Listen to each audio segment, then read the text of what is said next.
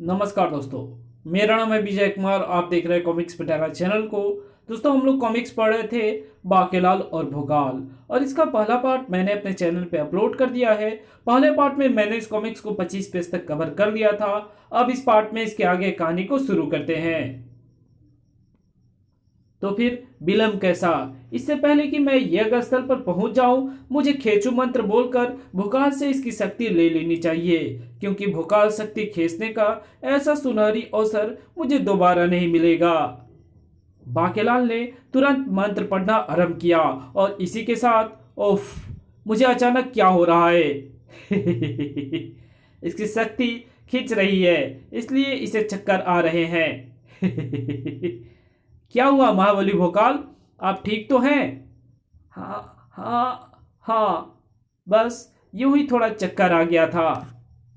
चक्कर तो बेटे भोकाल तुझे तब आएगा जब तुझे इस चक्कर के घन चक्कर की असलियत पता चलेगी। आप यहाँ बैठ जाएं। ओह, राजमहल आ गया।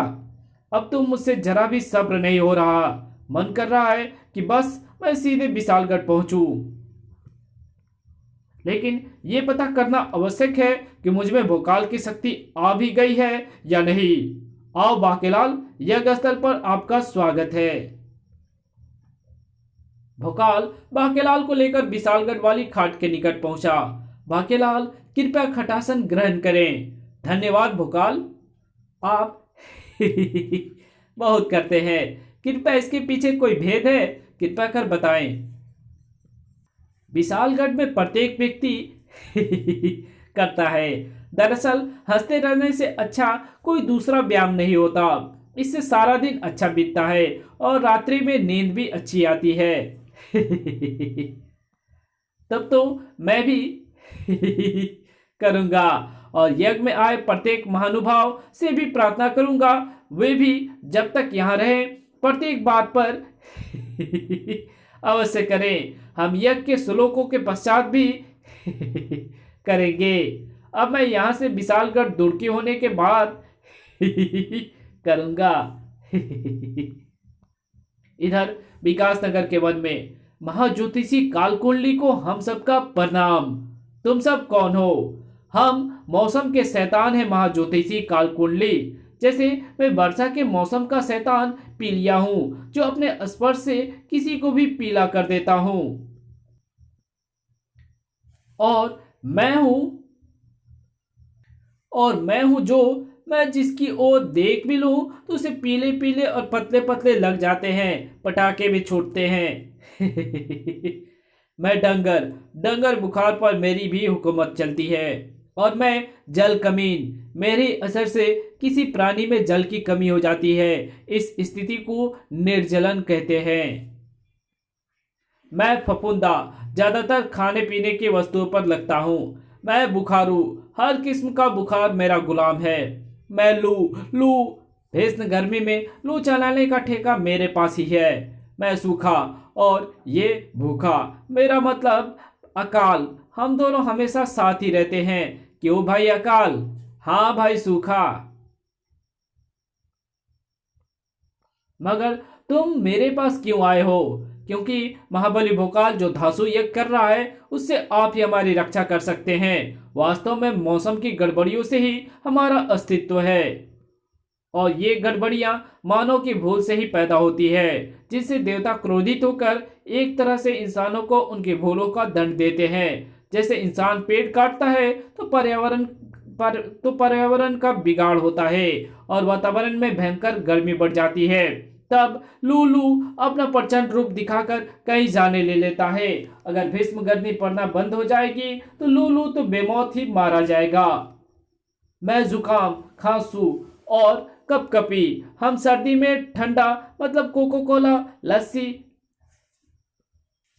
लस्सी वस्सी शिकंजी वगैरह पीने से भूत की तरह पीछे लग जाते हैं। वर्षा में जल जमाव नहीं होगा तो मेरी है जो मलोरा, फफूंदा, बुखार इत्यादि की मृत्यु निश्चित है। काल कुंडली, ओ गाल ऐसी दी काल कुंडली ओ गाल ऐसी कि अप्पा चौदे हाँ की धासु यज्ञ ना होने पाए। मेरी नाम गंदगी है।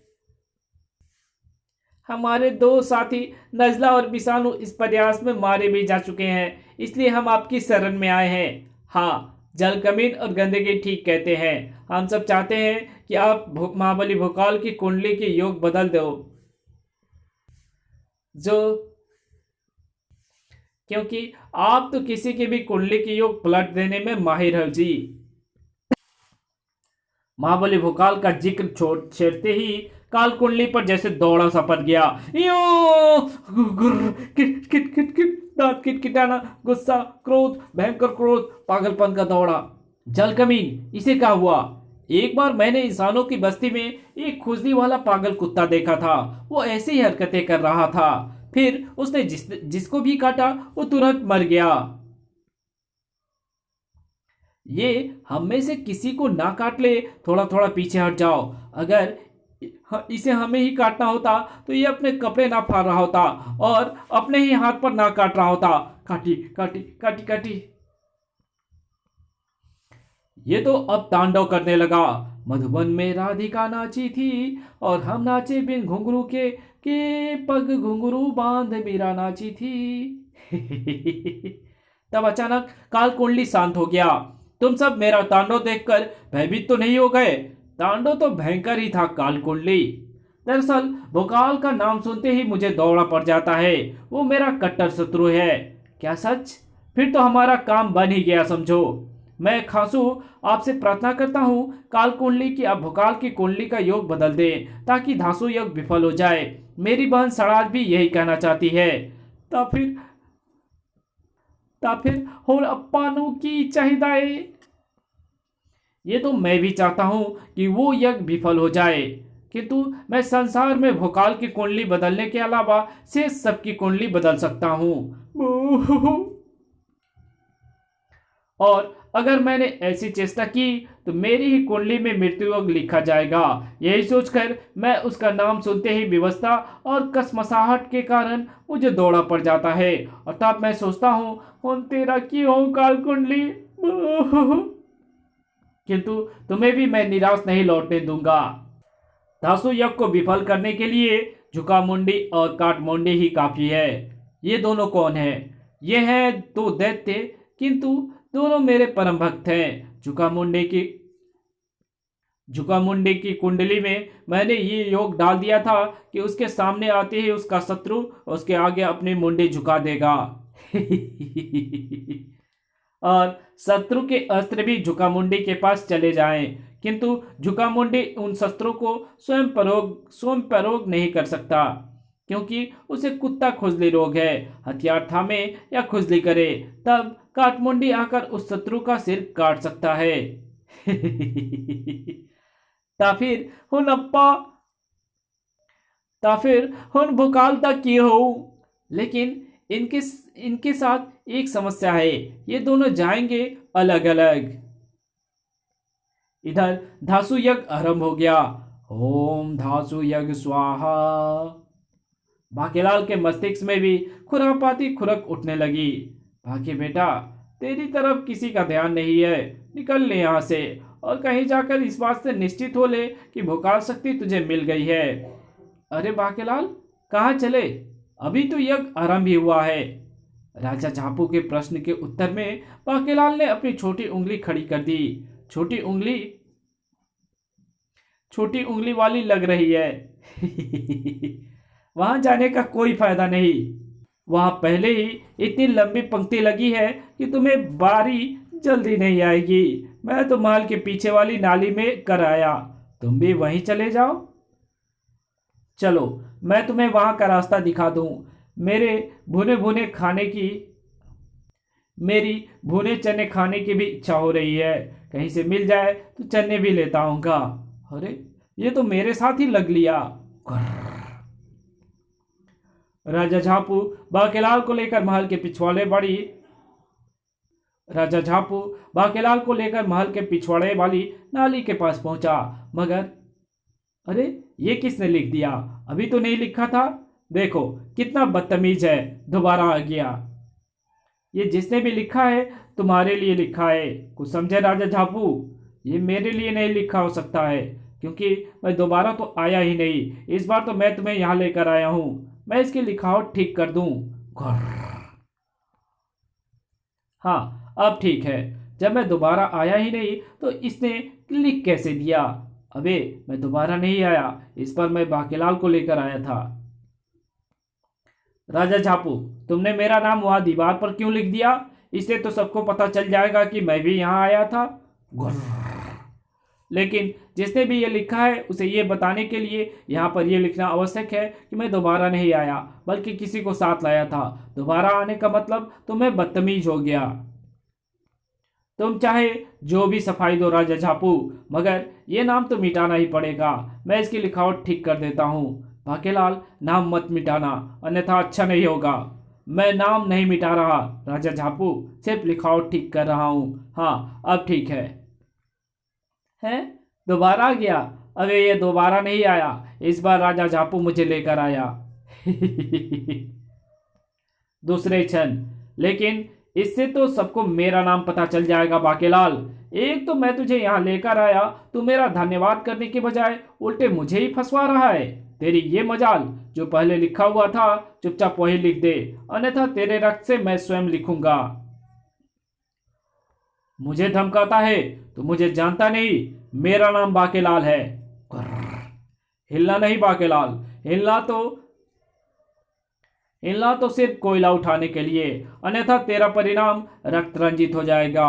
तुझे पता नहीं है कि मेरी तलवार में ये ताकत है कि इसे चलो कहते हैं तो ये चलने लगती है और अपने शत्रु के टुकड़े टुकड़े कर डालती है। अबे जा, तेरी और तेरी तलवार की ऐसी तैसी। था था आ राजा झापू को भी क्रोध आ गया। तलवार चलो, तो फिर मुझे कसकर पकड़ियो राजा झापू। राजा झापू के हाथ में थमी तलवार तेजी से शत्रु पर चलने लगी। अरे बच गया! अरे बाप रे, ये तो सचमुच अपने आप चलने लगी। अरे ये तो अभी भी नहीं चीखा, इसका मतलब मैं इसे अभी भी नहीं लगी। ओई मेरे अंदर यही एक कमी है, अगर किसी को बचना आता है तो मैं उसे काट नहीं पाती। तू जितनी मर्जी उछल कूद मचा ले बाकेलाल, अब तू नहीं बचने का। बाप रे, ये तो मुझे काट देने पर तुली है।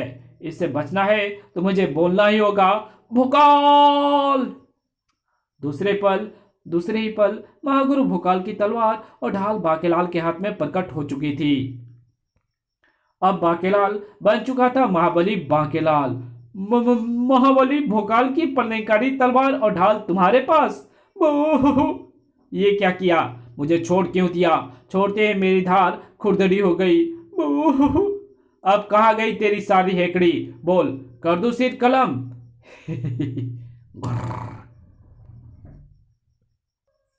बाकेलाल की बात का जवाब देना तो दूर, राजा झापू तो दुम दबाकर भागा। भोकाल जी, भोकाल जी! अरे ये तो भाग खड़ा हुआ, ये घोड़े की तरह उछल उछल कर क्यों भाग रहा है? ये कमबख्त जरूर भोकाल को ये बताने ही भागा है कि उसकी तलवार ढाल मेरे पास है। मैं तो सिर्फ इसे भयभीत करने के लिए भोकाल का डर दिखाया था, क्योंकि तलवार एवं ढाल का असली प्रयोग तो मैं भोकाल एवं विक्रम सिंह पर करने वाला हूं। संकट टलते ही तलवार एवं ढाल उसके हाथ से गायब हो गए और महाबली बाकेलाल से पुनः बाकेलाल बन गया। संकट टलते ही तलवार एवं ढाल उसके हाथ से गायब हो गए और वो महाबली बाकेलाल से पुनः बन गया साधारण बाकेलाल।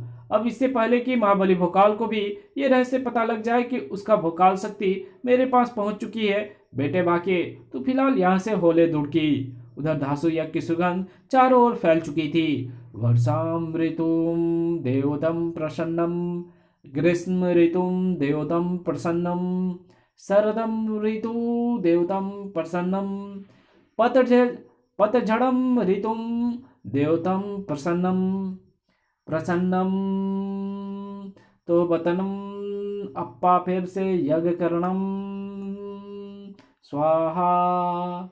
महाबली, भोजन के लिए लिफाफे आ चुके हैं, आपका आदेश हो तो बांट दूं? ठीक है, बांट दो। भोकाल के आदेश से भोजन के लिफाफे बांटे जाने लगे। इसमें क्या है? भोजन में क्या है?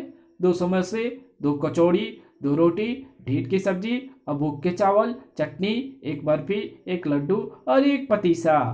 कहीं तुम भूल से हमारे घोड़े का खाना तो यहाँ नहीं ले आए सेवक?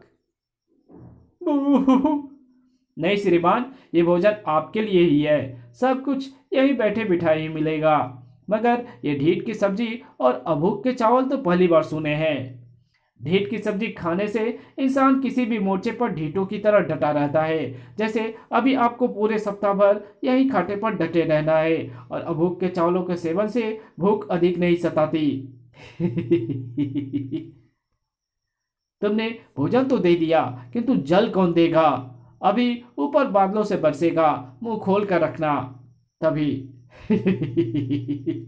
खूब पेट भर भोजन कर लो, भूखे मरने का अफसोस नहीं होगा। अरे बाप रे, खुजली भला देते। दूसरे पल कई राजाओं के शस्त्र उसके हाथों में दिखाई पड़ने लगे। ये दुष्ट हमारी यज्ञ में व्यवधान डालने आया है, इसे यज्ञ स्थल पर मत पहुंचने दो। अगर हम सब के बीच से होकर ये यज्ञ स्थल तक पहुंच गया तो भोकाल के आगे हमारी नाक कट जाएगी। हाथों में शस्त्र तुम्हारे हैं और हंस मैं रहा हूं। भला पूछो कि मैं क्यों हंस रहा हूं? तू अपने आप ही बता दे और चुपचाप यहां से चला जा, वरना आज तू जिंदा नहीं जाएगा। मैं बताता हूं, दरअसल तू समझ गया है कि तू बहादुरों के बीच आ गया है, इसलिए अब तू ये कहकर बचने की कोशिश करेगा कि तू तो मजाक कर रहा था। भोकाल का ध्यान अभी तक उस ओर नहीं गया था। नमस्तम नमस्तम इंद्रम नमस्तम। जबकि इधर मैं बताता हूं, मैं इसलिए हंस रहा हूं क्योंकि तुम्हारी तलवारें और तुम्हारी मुंडियां अब मेरे सामने झुकी होंगी, क्योंकि मुझे झुका मुंडी कहते हैं। मेरे आगे मेरे शत्रु स्वयं ही अपनी मुंडी झुका देते हैं। अरे ये क्या, हमारी मुंडियां स्वयं हुई इस दुष्ट के आगे झुक रही है, और हमारे शस्त्र हमारे हाथों से छूटकर इस नामुराद के पास जा रहे हैं। सभी शस्त्र तोड़कर फेंकने के पश्चात वह आगे बढ़ा। मगर तुम मेरे शिकार नहीं हो, मेरा शिकार तो वहां है, ये भोकाल। धार नमस्तु अरस्तु मरस्तु। श्लोक जारी रखो। झुका मुंडी की उस हरकत से भोकाल स्वाभाविक रूप से क्रोधित हो उठा। अब तेरी खैर नहीं दोस्त। झुका मुंडी नाम है मेरा, और मेरा नाम तू भी जान ले, भोकाल। अब तू चाहे भोकाल बोल या उकाल, तुम मेरे आगे मुंडी झुकाए बिना रहने वाला नहीं। अरे महागुरु भोकाल की तलवार और ढाल मेरे हाथों में प्रकट क्यों नहीं हुए, और ना ही भोकाल की शक्ति मुझे मिली। दोबारा महागुरु भोकाल का नाम पुकारता हूं, भोकाल। अब तू और विलंब ना कर भोकाल, चल अपनी मुंडे मेरे कदमों में झुका। अब तेरे शस्त्र भी स्वयं ही मेरे पास खींचे चले जाएंगे। अब तेरे शस्त्र भी स्वयं ही मेरे पास खींचे चले आएंगे। फिर उन्हीं शस्त्रों से काटमुंडी आकर तेरा सिर धड़ से जुदा कर देगा। मेरा सिर सचमुच इस शैतान के आगे झुक रहा है, तो क्या ये सच कह रहा है? क्या अब मेरी तलवार एवं ढाल इसके पास चली जाएगी? किंतु महागुरु भोकाल नाम पुकारने के पश्चात भी तलवार और ढाल मेरे हाथ में प्रकट क्यों नहीं हुई? और मेरे सिर के अंदर से एक आवाज निकल रही है जो कह रही है कि कृपया मुझे काटें। इसका सुर तो मेरे आगे झुक गया, किंतु इसके शस्त्रार्थ अभी तक मेरे पास क्यों नहीं आए? आखिर तलवार एवं ढाल कहाँ गए? खुजर खुजर खुजर।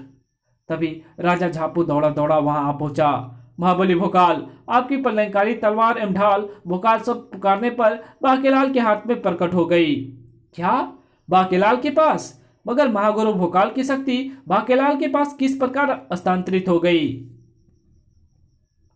नहीं, ये नहीं हो सकता। अगर ऐसा हो गया तो फिर मेरा क्यों हो झुका मुंडी? ओह आ! यज्ञ की अग्नि मुझे जलाने मेरी ओर आ रही है। हवा में उड़ती जाए मेरी लाल लपटे जल जल के हो जी। फुन बुन के हो जाए मेरी लाल दुपट्टे जल जल के, मेरी लाल दुपट्टे जल जल के हो जी हो जी। आ! उन क्यों मेरी मृत्यु तभी होनी थी जब मेरा शत्रु मेरे आगे सिर झुकाए खड़ा हो, किंतु उसके शस्त्र मेरे पास पहुंचने के बजाय किसी और के पास पहुंच चुके हो। झुका मिंडी के राख होते ही भोकाल का झुका सिर स्वयं ऊपर हो गया। अरे ये तो राख हो गया। इसे अपने आप यज्ञ की अग्नि ने कैसे जला दिया? कमाल है। ये चमत्कार अपने आप नहीं हुआ, इसमें बाकेलाल का हाथ है। बाकेलाल का हाथ? किंतु उसी ने तो आपकी शक्तियां चुराई हैं। अगर वो मेरी शक्तियां ना चुराता तो मेरी शक्तियां झुका मुंडी के पास चली जाती और वो ना जाने मेरा क्या अहित कर बैठता। इस रहस्य का पता तो लगाना ही होगा। पुरोहित जी, आप यज्ञ जारी रखे, दासो यज्ञ के श्लोक बंद ना होने पाए। समोसम कचौड़म रोटम सब्जम फलम फूलम स्वाहा। राजा झापू जी, महाराज कृपया बताएं कि आपने बाकेलाल जी को कहाँ देखा है? मैंने बाकेलाल को महल के पिछवाड़े से होकर नगर की ओर भागते देखा है। भोकाल ने सैनिकों को दौड़ाया, उसे लेकर ही आना। भाके ने घोड़े पर सवार होकर चेतक को लगाई एड़। चलो, ये भी अच्छा हुआ कि राजा झापू के आ जाने से मुझे यह भी पता चल गया कि मुझे खेचू मंत्र की शक्ति से भोकाल शक्ति मिल चुकी है। मगर ये जा कह रहा है, अभी यज्ञ समाप्त कहाँ हुआ है? अब भोकाल और मोटे मुच्छड़ की खैर नहीं। अगर मुच्छड़ डंगर बुखार से बच भी गया तो अब महाबली बाकेलाल के हाथों से नहीं बचेगा। हे घुड़ेश्वर, ये तो मुझे रोक ही नहीं रहा। कहीं ये वापस विशालगढ़ तो नहीं जा रहा? तभी, अरे कौन है तू? अरे घोड़े की रास क्यों थाम ली? छोड़ दे लगाम। बाकेलाल, मेरे ख्याल में तो तू ही छोड़ दे। वाह, ये तो बहुत अच्छा हुआ ही। पहले तू बता, चुपचाप घोड़े से उतरकर यहां से भागेगा या काट मुंडी के हाथों अपनी मुंडी कटाएगा? मगर मैं क्यों भागूं? पता नहीं बाकेलाल को गड़ासा क्यों नहीं दिखाई दे रहा। इसलिए क्योंकि मेरा भाई झुका मुंडी धासु यज्ञ स्थल पर पहुंचकर अब तक भोकाल की शक्ति छीन भी चुका होगा। उसका सिर मुझे ही काटना है। मेरे पांव में कांटा चुभने से मुझे पहले ही बहुत विलंब हो चुका है। अगर मैं समय पर वहां न पहुंचा तो भोकाल तो बच ही जाएगा। कहीं मेरा भाई भी किसी संकट में आ पड़ जाए। मगर इस घोड़े की जरूरत तो मुझे भी है। अगले पल काट मुंडी ने बाकेलाल को घोड़े से उठाकर नीचे पटका। शराफत का तो जमाना ही नहीं है। गलती की, इससे अच्छा तो बाकेलाल को मैं ही नीचे पटक देता। काटमुंडी घोड़े पर चढ़कर भाग निकला। तिगड़ तिगड़ तिगड़, अब मैं समय पर पहुंच जाऊंगा। शुक्र है जो ये दैत्य मुझे ले भागा। इस कहानी को यही खत्म करते हैं। इसके आगे कहानी पढ़ेंगे इसके पार्ट 3 में। तो मिलते हैं इसके तीसरे पार्ट में। तब तक के लिए बाय। अगर वीडियो अच्छी लगी तो इस वीडियो को लाइक कर देना। चैनल पे नए तो चैनल को सब्सक्राइब कर बेल आइकन को जरूर प्रेस कर देना। और जहां इस वीडियो की जरूरत हो वहां इसको शेयर जरूर कर देना।